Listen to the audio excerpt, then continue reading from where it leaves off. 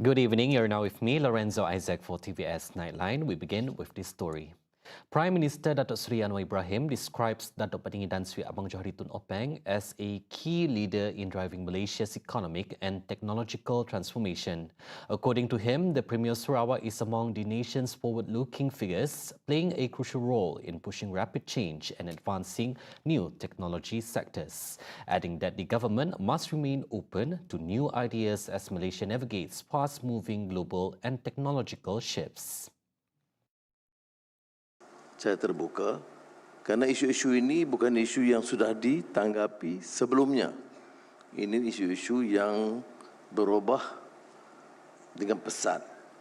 Dan saya lebih tertarik kerana kehadiran bukan sahaja rakan-rakan menteri tapi juga dengan dukungan tokoh-tokoh seperti Premier Abang Johari yang merupakan suatu lagi sosok yang agak ke depan dalam memaksa perubahan dan peningkatan dalam bidang teknologi baru ini. Speaking at the Malaysia Economic Forum 2026 at the KLCC theme Accelerating Growth, Advancing Malaysia, the event serves as a key platform to drive the country's socio-economic agenda under the 13th Malaysia Plan, and also stressed that education remains the backbone of national development. Education remains central to this mission. It is the most powerful equalizer, with an allocation of exceeding 84 billion ringgit in budget 2026. We are committing not just resources, but resolve to reforms in education and training and promote flexibility, mobility, and lifelong learning, recognizing that talent develops at different stages of life.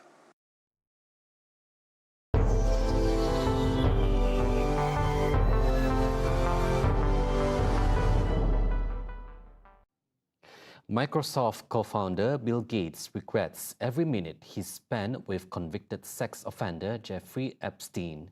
In an interview, Gates says his relationship with Epstein was confined to philanthropy-related discussions and affirms that it was a mistake to meet with him.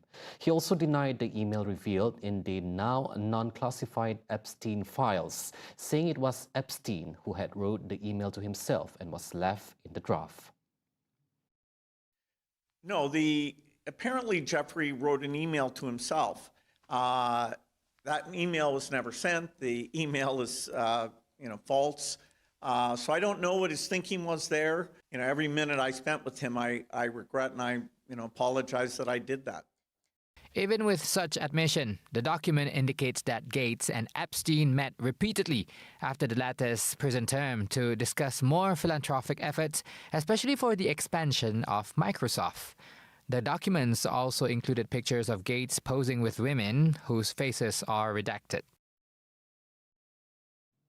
Prime Minister Keir Starmer regrets naming Peter Mandelson as ambassador to the US following fresh allegations about the disgraced envoy's close ties to the convicted sex offender Jeffrey Epstein.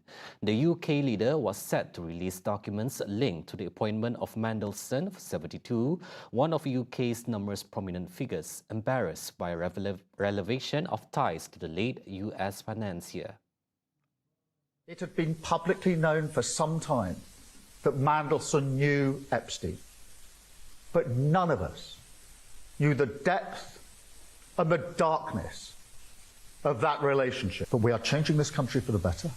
We had 14 long years of failure under the Tory government, and we're correcting that. We've stabilised the economy, we've put a huge amount of investment into our public services, and we're rebuilding our communities. And I intend to go on doing that vital work for our country because I believe it is the absolute focus and the first importance for this government. Starmer, who also indicated he would not resign over the scandal, issues an apology after being dogged for days after he sent Mandelson back to Washington. The information now available makes clear that the answers he gave were lies. He portrayed Epstein as someone he barely knew. And when that became clear, and it was not true, I sacked him Such deceit is incompatible with public service.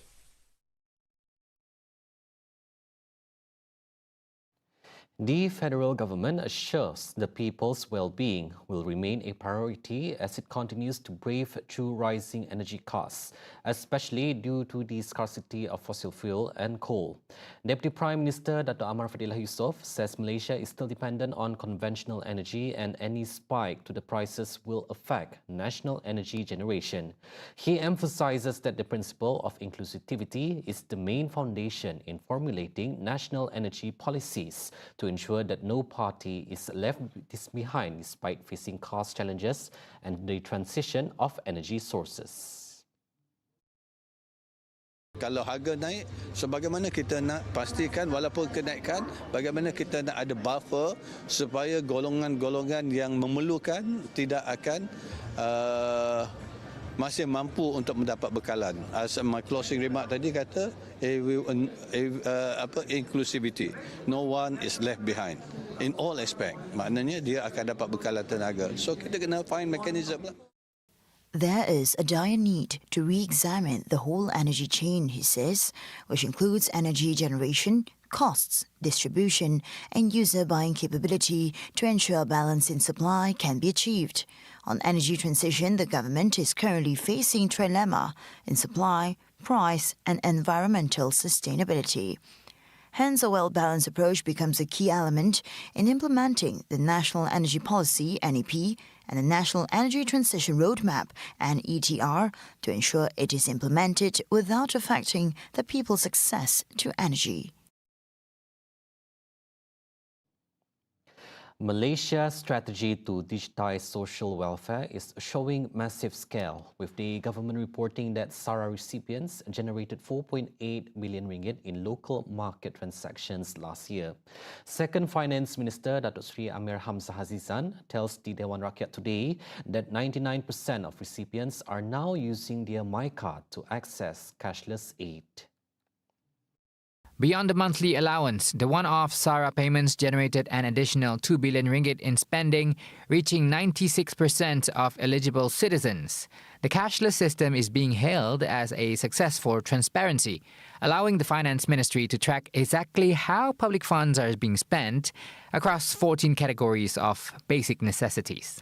Peruntukan 2.2 bilion ringgit disediakan untuk memanfaatkan semua warga negara Malaysia yang berumur 18 tahun ke atas. Tiada permohonan diperlukan, ia akan terus dikreditkan secara automatik ke dalam MyCard masing-masing serta sah digunakan sehingga 31 Disember 2026. Semakan kelayakan boleh dibuat mulai hari ini. However, the government is not letting unused funds sit idle. Amir reveals that 150 million ringgit in unclaimed credits from 2025 will be reallocated to other vulnerable groups. This includes funding for domestic violence survivors, medical devices for the poor, and a 15 million ringgit boost for university food banks. Baki peruntukan perhargaan SARA 2025 berjumlah 150 juta ringgit tidak dibelanjakan atau tidak dituntut sehingga 31 Disember 2025. Ia akan diagihkan semula untuk keperluan golongan tumpuan. Sarawak's long-standing teacher shortage is showing dramatic improvement, with new data revealing a placement rate of nearly 98%. Following a massive recruitment drive last year, Deputy Education Minister Wong Kah Wah confirms that over 42,000 teachers are now serving in the state, leaving less than 3% of posts vacant. Last year alone, over 3,000 new teachers were deployed to the state to address critical subject gaps. KPM telah menempatkan seramai 3,237 orang guru baharu di Sarawak berdasarkan kepada kekosongan jawatan dan keperluan option mata pelajaran di Sarawak. Sehingga 31 Disember 2025, jumlah guru yang berkhidmat di Sarawak adalah seramai 42,315 orang. However, a new challenge looms for 2027, a so-called double cohort as 6-year-olds enter the primary school system voluntarily. To prevent a system crunch, the ministry is mobilizing reserve candidates and announcing the appointment of 20,000 teachers on a contract of service basis. Wong stresses that while formal education graduates remain the priority, the contract positions will allow the ministry to tap into a wider pool of talent to meet the projected demand. A swift and aggressive manhunt in Penang ended with 3 suspects in custody just 24 hours after a single mother was found slaughtered in her own bedroom. The victim, a 41-year-old school van driver, was discovered unconscious yesterday at the flat Sri Murni in Sungai Dua after neighbours noticed her front door standing open. Police described a gruesome scene, revealing the woman died from a deep fatal gash to her neck while lying on her bed. Forensic pathologists state there were no signs of a struggle, reinforcing the chilling theory that the victim likely knew her assailant. Acting on forensic evidence and intelligence, the Penang Criminal Investigation Department carried out swift raids across Bukit Mertajam and Kubang Semang to secure the arrests. State Police Chief Dato' Azizi Ismail confirms that one suspect tested positive for ketamine. Meanwhile, the Butterworth Magistrates Court has granted a 7-day remand for the 3 suspects, aged between 30 and 46. The trio, which includes 2 locals and 1 man of Rohingya descent, was led into the courthouse in orange lock-up shirts late this morning. The case is being investigated under Section 302 of the Penal Code, which carries the death penalty. A medical laboratory officer pleads not guilty at the Sessions Court on Thursday for charges of attempted murder and committing mischief by fire after he attacked a woman believed to be his former lover. As Parthiban, 43, faces an attempted murder charge after allegedly dousing the victim in petrol, an act prosecutors say he knew could be fatal. The offence, if found guilty, carries up to 10 years imprisonment and a fine.